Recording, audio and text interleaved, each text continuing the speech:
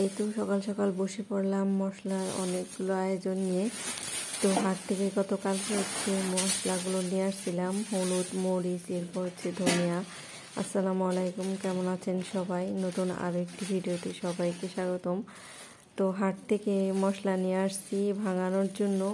তো আজকে অনেকগুলি আর কি মশলা গতকালকে নিয়ে আসছি, পরিমাণে বেশি। তো এগুলি ধুয়ে নিব এখন সবগুলো মশলা। এই তো ঢেলে নিচ্ছি মশলাগুলো। তো এতগুলো মশলা কেন আর কি আলাদা আলাদাভাবে আর কি করব, ভাঙাবো, তো সেটাই আর কি সবার সাথে শেয়ার করব।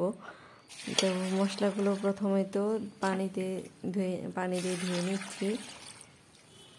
তো সবগুলো মশলাই আর কি ধুয়ে নিব, হলুদ, মরিচ, ধনিয়া সবগুলি দেওয়া হবে। তো ভালোভাবে ধুয়ে নিচ্ছি।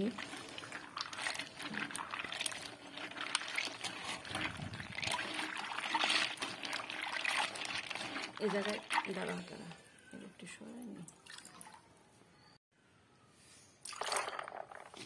আবার ডর লাগে তো ময়লা শুদ্ধ যে খাইলে কামড় লাগলে যে কিচির কিচির করবো, এটা ডর লাগে কে? ভালোই তো, তাহলে তোর ময়লা শুদ্ধ ই করে দিই।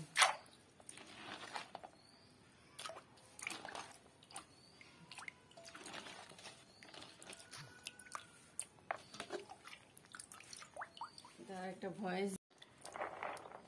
এই তো সকাল সকাল চলে আসলাম হলুদ মরিচ ধোয়ার জন্য। তো আজকে এগুলি ধুয়ে দিব, রোদ উঠছে সকালে। তো গুঁড়া মশলা শেষ। এই তো গুঁড়া মশলা আর কি এখন ভাঙানোর জন্য নিয়ে আসলাম হাট থেকে, গতকালকে নিয়ে আসছি। তা আজকে রোদে দিব। তো সবগুলো মশলা ধুয়ে নিব। এই তো এখানে 1.5 কেজি হলুদ, আর 1 কেজি মরিচ, 1/2 কেজি ধনিয়া। এই তো এগুলো সব ভাঙাবো।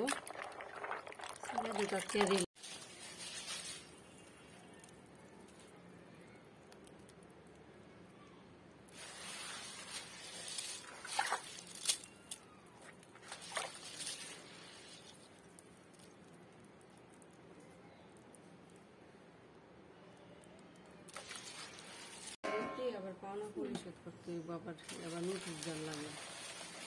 দেখুন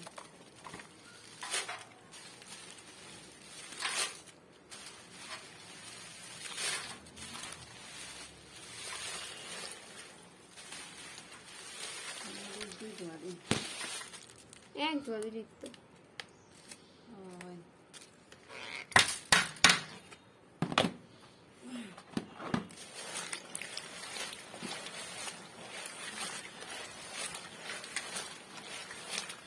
এই তো মশলাগুলো ধোয়ার পরে এরপর ছাদে নিয়ে আসলাম রোদে শুকানোর জন্য। আজকে অনেক সুন্দর রোদ উঠছে।